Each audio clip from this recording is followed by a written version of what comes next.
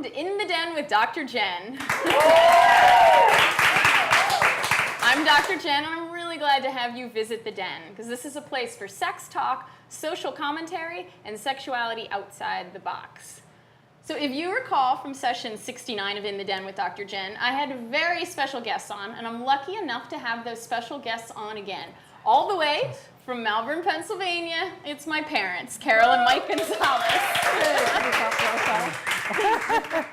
So the last time we chatted in the Den, it was about what you learned growing up in your generation about sex, whether or how it was addressed. So this time I want to take it a step further and talk about some ideas we can give the viewers and the audience about how to talk your kids about sex. So I'm curious, what comes to mind right away when I ask that question? Oh, you don't. Okay, that's the path most people take. In our culture, it's just not something that most people are comfortable with, and it doesn't even seem to be changing. As time's going on, you would think, I mean, we're taking leaps and bounds in so many different areas, but I don't think that's one of them. And your schools, churches, it's like, it's not supposed to be talked about. It's so true, and they put it on the responsibility of the parents, and then so many times parents, when you ask them, say they would rather somebody else do it. Right. So any ideas of what we can do about this, or why it's quite so difficult to talk about? We need more people like Dr. Jenn out there, which would definitely help, to go around to schools and with her expertise and, and teach children, what it is all about in an age-appropriate manner, of course. Definitely. Yes. How about you? Any ideas why it's so difficult? Like I said, it's just our parents never did, and we just carry that over into for our kids. Right. It's the cycle never gets broken. Right. And I think we're headed backwards in some ways in our society right now. So what we have for the audience and for the home listeners, some specific ideas if you are looking for things to do, of what to do. And the first one, I always recommend, because a lot of folks do ask me this, in counseling or in classrooms. And the first one is just to be askable in the first place. So create an environment where kids know that it's okay to ask questions about sex, about their body, and about their dating. Number 2? Be honest if you're uncomfortable, and tell them it's okay if they are too. Frank, honest discussions about sex are unfortunately not part of our cultural training. So it's okay to say that and to be real. And I think that's really important, because so often parents think they can't let their kids know that they're uncomfortable. And I think if they let their kids know, the kids would probably be more uncomfortable. Be like, oh, okay, this is awkward for everybody. We're all on the same page. So how about the next one? Use appropriate language for their age and knowledge level, but also use the correct terms. For example, not pee-pee or wee-wee, but penis. but it is a wee-wee.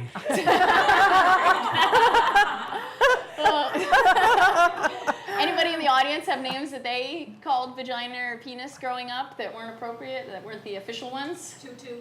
Tutu? Nice. Any other ones? Nani. Nani? We called it Dookie. We called it Malvern, Pennsylvania growing up, so. Actually, in upstate Pennsylvania, the penis was a pea shocker. A pea shocker. Oh, and a vagina, I remember learning this from my grandfather, was a ring-ding-dong.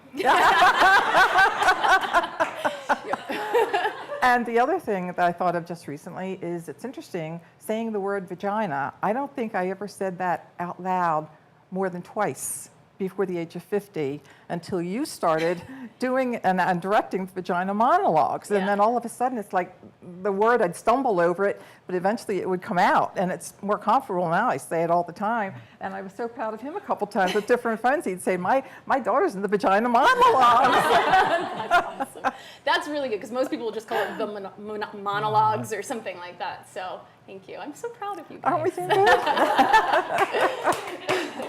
So the fourth suggestion that we have is to have age-appropriate books in your house on the bookshelf. So your kids will know that they're there, and if they're not comfortable actually coming to you with questions, or if they do and you don't know the answers, you have a book like this on the shelf to make sure that they can learn accurate, respectful, and responsible information. There's a lot of great books out there like that, and I think that's really important, because otherwise they're going to get the information from the internet or from their friends, and who knows if it's reliable or not.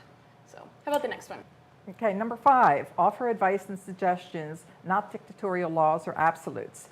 This helps kids to build critical thinking skills, to weigh the pros and cons, and make decisions that are healthiest and best for them. Definitely. And I think the key word here, keywords, critical thinking. Right.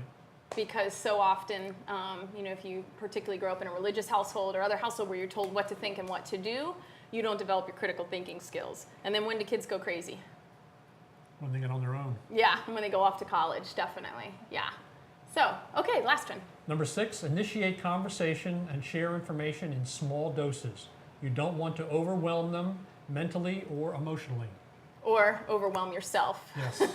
Mentally. Get it over with. Exactly. So, any final thoughts? Yes. Who knows what she's going to say?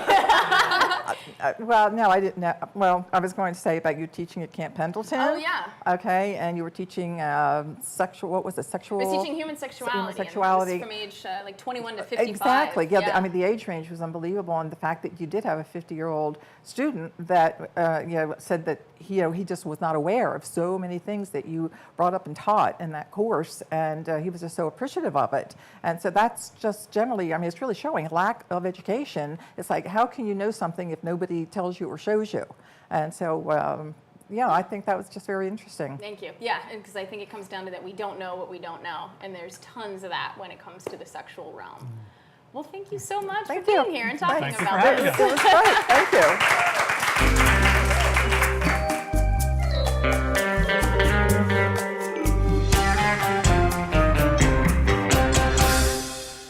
Sexual fun fact. Which of the following did ancient Egyptians not use as a form of birth control? A, using a douche after intercourse made of wine and garlic. B, water balloons in the vaginal entrance to block penetration. C, placing crocodile dung that was first soaked with sour milk deep in the vagina. What do you guys think? C. So you think C is not the Yeah. option? Okay, what's the audience think? I got a condom here for the audience who gets it right. B. B. What? A. I'm saying A. Who said B is not the right one? Woo! Okay, we got a couple condoms going in the audience.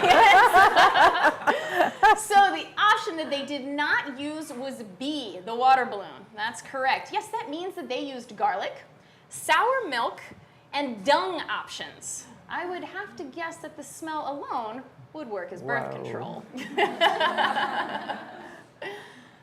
Now, a brief word from our sponsor. This episode of In the Den with Dr. Jenn was sponsored by Heather Fleming and Happy Medium Lifestyles. Heather is the nutritionist you saw as a guest in episode 107.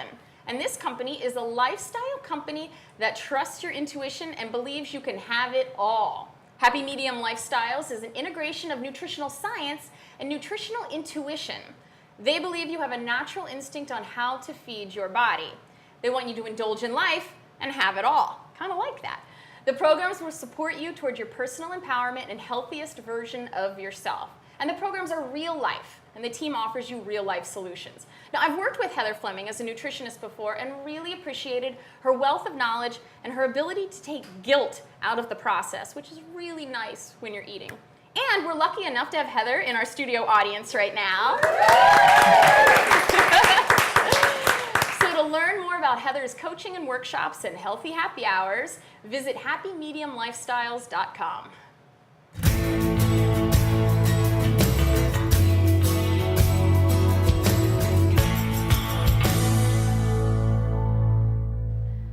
Hi, Dr. Jenn. I'm a 31-year-old female and have been unable to achieve orgasm through sex or manual stimulation for the past 8 years or so. I have no idea why this is, as I feel I'm a very sensual person. I also tend to be very inhibited in the bedroom, and this is having a major impact on my current relationship. Is there anything I can do about this? Thanks. Sensual but non-orgasmic. So how about the audience? You guys got any ideas there? Is there something going on in her life outside the bedroom? Something going on in her life outside the bedroom. Good question. So something getting in the way and distracting her. Any other thoughts? What would you ask her? What would you say? Something physical wrong. something physically wrong with her. I think that's great. And that's actually one of the first places I started. So it's hard to work with so little information and responding to questions like this, but to help her get out of her stuck place, the first question I did ask her was, did something happen specifically 8 years ago, that changed what was going on for her? What was her orgasmic capacity before that point? And was she physically injured, abused, or experienced some kind of great loss? Next, she mentioned that she felt inhibited in the bedroom. So my question, especially as a sociologist, is what did you learn growing up about sex and relationships?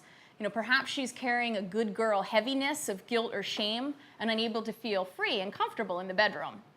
So I suggest to her to take a look at her beliefs about sex, the meaning it has for her, how much pleasure she gets, etc. Then I was also curious about what's going on in her current relationship. Is she happy and satisfied with the relationship? And this is a really good one. Who's more upset, you or your partner, about not being able to have an orgasm?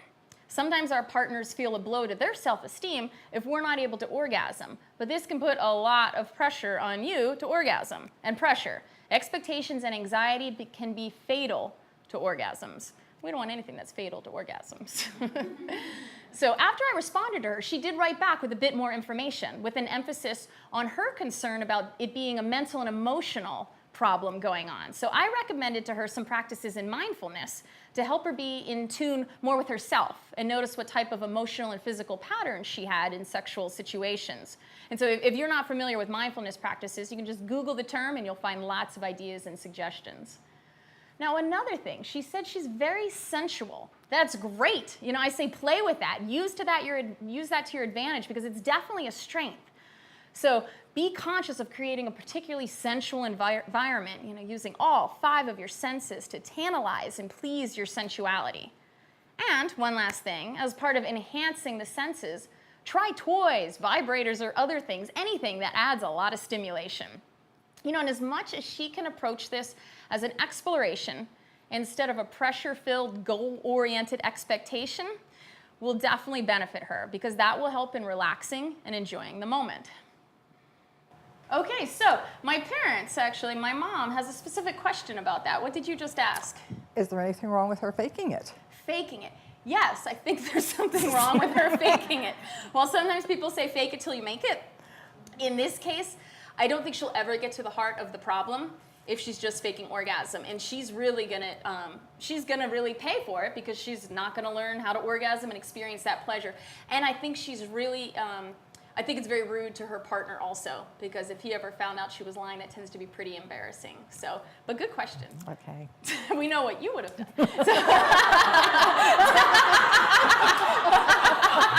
Sorry, honey. So I would like to thank our live audience for being here to talk about sex. And thank you so much to Underground Furniture in San Diego's Pacific Beach for providing this sexy den furniture. So if you want to visit them online, go to undergroundfurniture.com. And as always, be kind to yourself.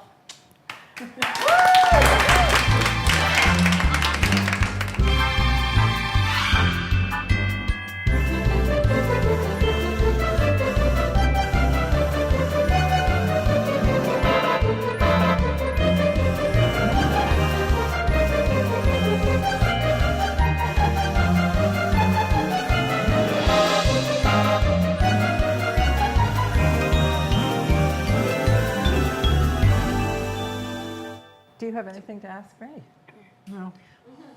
pertaining to what we were just talking about? No. Oh, no. This is not the place for this. What you like to know? No. I'd like to tell you. I'm sure you would.